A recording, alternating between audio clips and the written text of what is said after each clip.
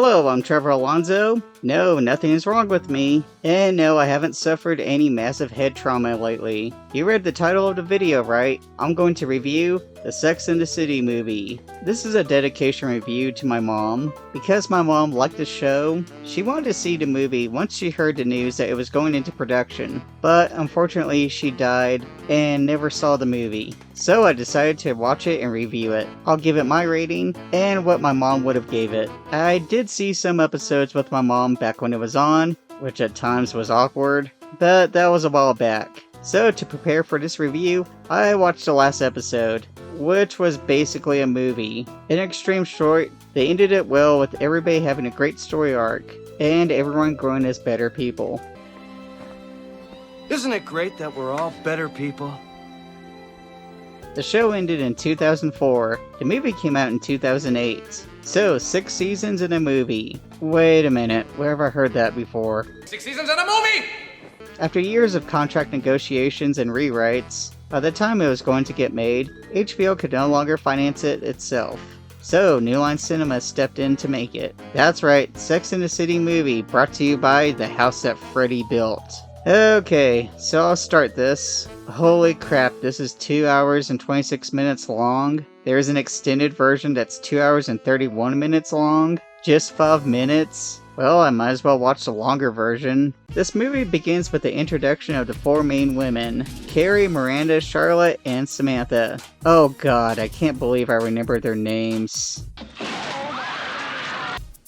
So already this movie forgets that this is a sequel to the series. Or they think that the audience doesn't know who these people are. Carrie and Mr. Big, whose name turned out to be John in the series, are moving in together. After 4 years of off-screen dating, and before that, years and years of on-again, off-again dating. Whoa, don't move in too fast. They found an apartment that is huge, but with a normal closet. Carrie complains about it. Don't worry, this becomes a subplot, because we have a runtime close to The Dark Knight. The girls go to an auction, in which Samantha wants a big ring. Then John and Carrie have a conversation, which feels more like they are talking about a couch they both secretly want.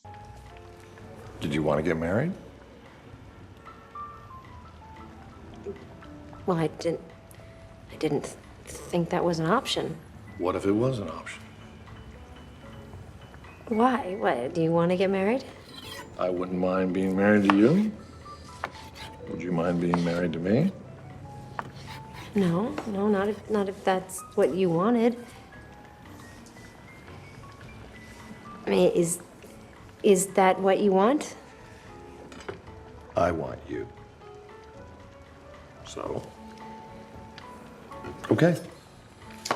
So, really, we're getting married? We're getting married.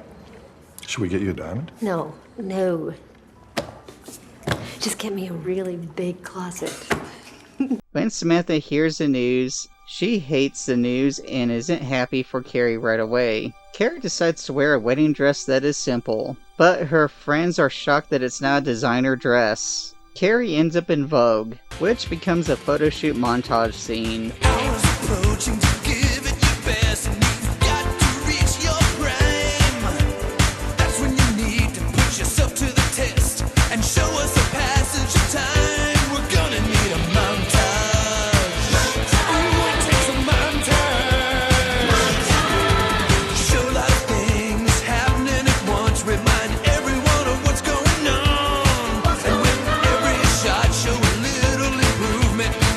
One of the designers decides to give Carrie a dress. Then John and Carrie talk about their vows and historic love letters. Carrie decides on her own to have a wedding at the library, because she's a writer. Meanwhile, Miranda is being mean to her husband during dinner.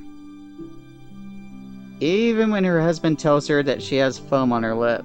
Later on, during sex, she says, "Let's just get it over with." Miranda, while talking to the girls, thinks that they would totally agree with her. You can tell in the other girls' faces that they don't agree with her at all. Samantha's boyfriend bought the ring that Samantha wanted. But Samantha being Samantha made sure it's not an engagement ring. And to tell you the truth, I thought this was a brooch because it was so huge. Samantha is irritated that she wasn't the one that bought it herself.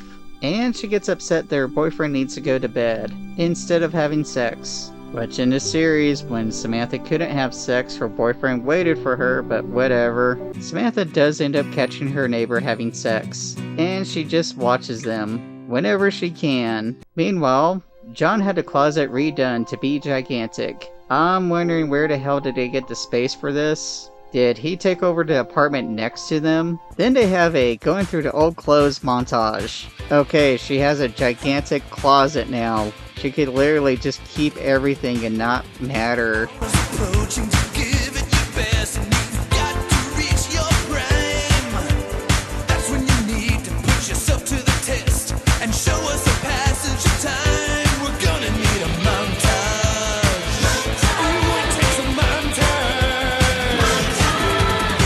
I do.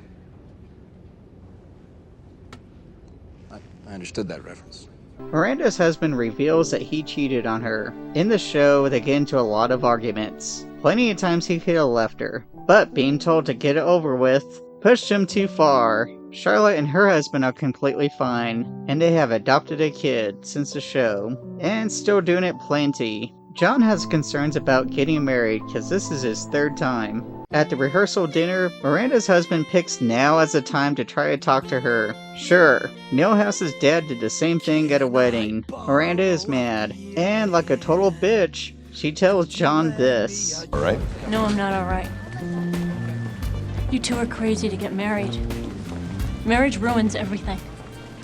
And like an idiot, John listens. He goes to the wedding, but decides to leave because Carrie wouldn't answer her phone. Of course, a busy bride wouldn't answer her phone. Again, he's an idiot. Also, I gotta laugh at this scene because Samantha gives Carrie her phone to use it to call John, and it looks like every other phone now, but Carrie says, I can't use this. John realizes he messed up, but it's also late, and he has his driver go against traffic. In the show, John gets over commitment issues, and decided he can't live without Carrie, to the point where he goes to another country to get her back. Here they just set his character back. It was at this point that I saw the runtime. It's not even halfway through the movie. The girls try to help Carrie carry on. They all go on the Mexico honeymoon Carrie was going to give John. This is a really stupid idea. Carrie is completely depressed. We found out Miranda is so busy she has an out-of-control bush. Charlotte tries not to drink or eat anything that's not prepackaged in order not to get diarrhea, but accidentally drinks a little bit of water while showering and shits herself.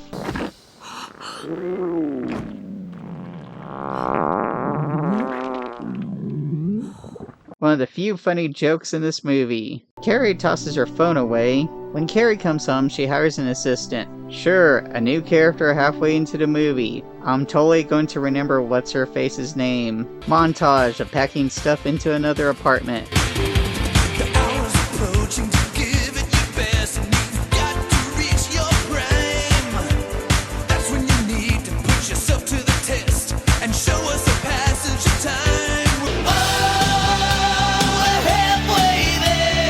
Miranda ends up finding an apartment. Charlotte is pregnant. Samantha is getting upset about her relationship not being completely about her. For the last 2 years, it's been all about you. Well, for the first 3 years, it was all about you. I know.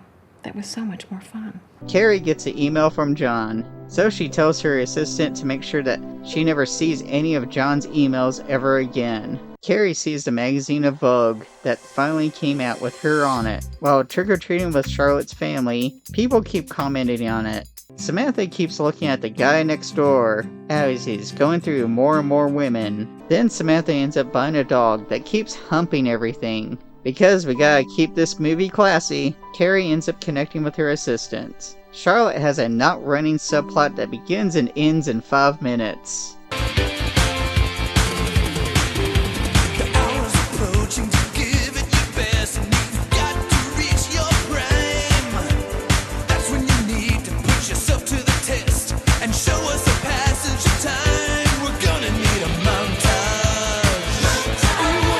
They all go to Fashion Week.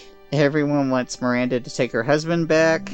Miranda and I are going to dinner and then a very violent slasher movie. Great, this movie just reminded me of what I'd rather be watching. On Valentine's Day, Miranda tells Carrie what she said to John. Carrie blames Miranda for the wedding. It's still mainly John's fault. Meanwhile, Samantha gets nude for her boyfriend for Valentine's Day, then covers herself in sushi. But he had to work late, and like a reasonable adult, he called and let her know. But Samantha got mad anyway. Again, she watches her neighbor. Carrie forgives Miranda. Miranda and her husband go to marriage counseling. Unknown assistant reveals that now she's getting married. Miranda and her husband get back together.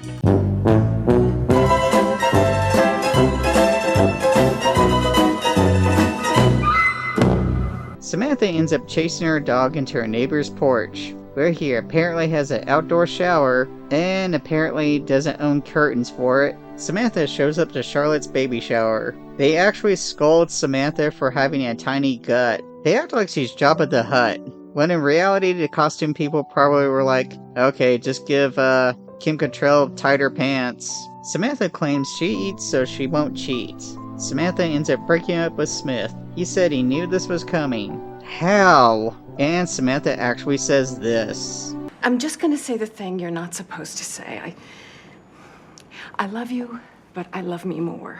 I think John Lennon said the same thing before the Beatles broke up. What the actual hell? The show ended with her growing as a person. She becomes monogamous, which for her is a huge step. Her and Smith go through a huge story arc as a couple. He sticks by her through breast cancer. They even talk about being a couple and not having sex on the show, to the point that he actually waits for her until she can have sex, because they love each other. Samantha also stops trying to sleep with everything that moves in the show. Charlotte ends up going into labor when she tries to confront John. He takes Charlotte to the hospital and asks her husband to talk to Carrie and says that he wrote her every day. No, he's never written to me. Who's John at jjpny.com. I'm really starting to question how Carrie is a successful writer and not very good at technology. I mean, even at this point, she would have to be able to do emails, constantly work on her website, or at least go to her website. Doesn't look like she has an office at Vogue. She's constantly writing stuff at home, so she has to be some kind of tech savvy. Carrie finds a bunch of emails. Carrie ends up going to the empty apartment that they both were about to move into. John is there. They reconnect. John proposes properly this time. They get married by a justice of the peace. Carrie ends up wearing the dress that she first picked out. John calls the girls to show up. Yeah, I guess he could call like family or anybody he knows. The movie ends with all the girls going out to drink. This isn't that good of a movie. It doesn't fully realize it's a sequel to the show. This movie should pick up and go from the series. Watching the last 2 episodes before watching this actually makes this movie worse, because you see where they were set back to. Some characters are actually set back to before this series ended, or just kind of almost did nothing and ended up kind of about where they ended up at the beginning of the movie, instead of just taking everybody to the next step. It feels like the writers can't write unless it's the usual archetypes for each character. Like they didn't have any new ideas. Carrie and John's relationship didn't progress off screen, so they tried to do it here and they had to give them a problem, even though the last ended on a good note. And he got the idea that everything's going to work out and they're going to be together. Miranda and her husband went from, okay, we had problems and now beyond them, to Miranda being angry for no reason. So now her husband cheats on her, because the movie needs problems. Charlotte doesn't really do much in this movie. She does get pregnant. Her marriage is fine. And oh yeah, she shits herself. She's kind of at the same point that she was at the beginning of the movie. Samantha would have been great to see her and Smith possibly go as far as getting engaged.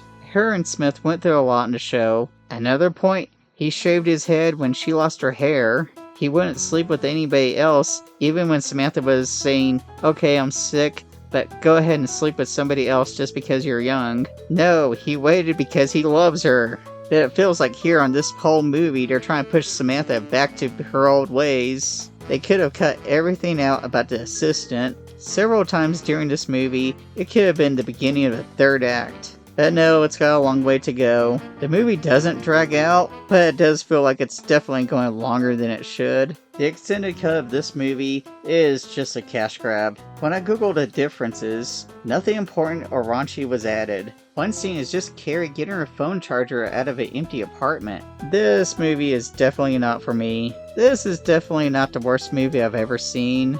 Am I ever going to watch it again? Probably not. That's why I'm going to give this a 3 out of 10 Cosmopolitans. My mom probably would have had the same problems I had with this, but she definitely liked the show, and she loved anything to do with weddings in a movie. She probably would have given this a 5 out of 10 Cosmopolitans. Would she have watched it again more than once? Probably. Would she have fast forwarded through some scenes the second or third time while watching it? Probably. This movie was a hit when it did come out, and they made enough for a sequel, which they did make. That's a story for another time. Good, I never have to watch this again. Thank you for watching my video. This review is for you, Mom. Follow me on social media. Currently, you can vote on which Chuck Norris movie I should review next.